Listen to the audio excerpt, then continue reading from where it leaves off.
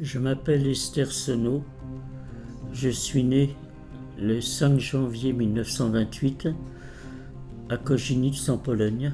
Je me suis fait arrêter dans un simple contrôle de police à Paris le 25 août 1943. Je venais d'avoir 15 ans. Je me suis trouvé arrêté pour un banal contrôle de police, envoyé au camp de Drancy et déporté le 2 septembre 1943 par le convoi numéro 59. Nous avons voyagé dans les wagons à bestiaux pendant 3 jours. Et quand le train s'est arrêté, on est arrivé donc sur un quai qui s'appelait la Judenrampe, où là il y a eu la première sélection. Et nous on a été sélectionnés à 106 femmes pour les travaux forcés. Je suis resté pratiquement 17 mois à Auschwitz-Birkenau. Et des 106 femmes qu'on a été sélectionnées pour rentrer au camp, on est revenu à 2. Je suis arrivé au camp de Birkenau et arrivé en décembre 1943. On avait l'autorisation dans une baraque qu'on appelait les latrines pour faire nos besoins.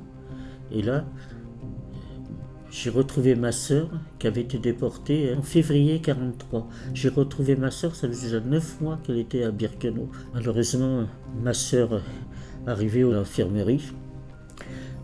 Quand j'ai vu à l'infirmerie, je lui ai dit « Fanny, tu peux pas rester là, tu sais ce qui va arriver » parce que quand on n'allait pas au travail, il y avait la charrette qui passait qui emmenait les gens directement au crématoire. Alors elle m'a dit « Écoute, pour moi c'est la fin, la guerre va bientôt finir ». On était quand même en 1944. Quand tu es jeune, tu as l'air de tenir les coups. Elle me dit, tu me promets. Elle me l'a répété à plusieurs reprises, que si tu as une chance de revenir, de raconter ce qui s'est passé ici, de raconter ce que les hommes sont capables de faire à d'autres hommes, de raconter tout ce qui nous est arrivé pour qu'on ne soit pas les oubliés de l'histoire. Évidemment, elle est retombée sur sa paillasse. Et quand je suis revenu, elle avait été envoyée directement au crématoire.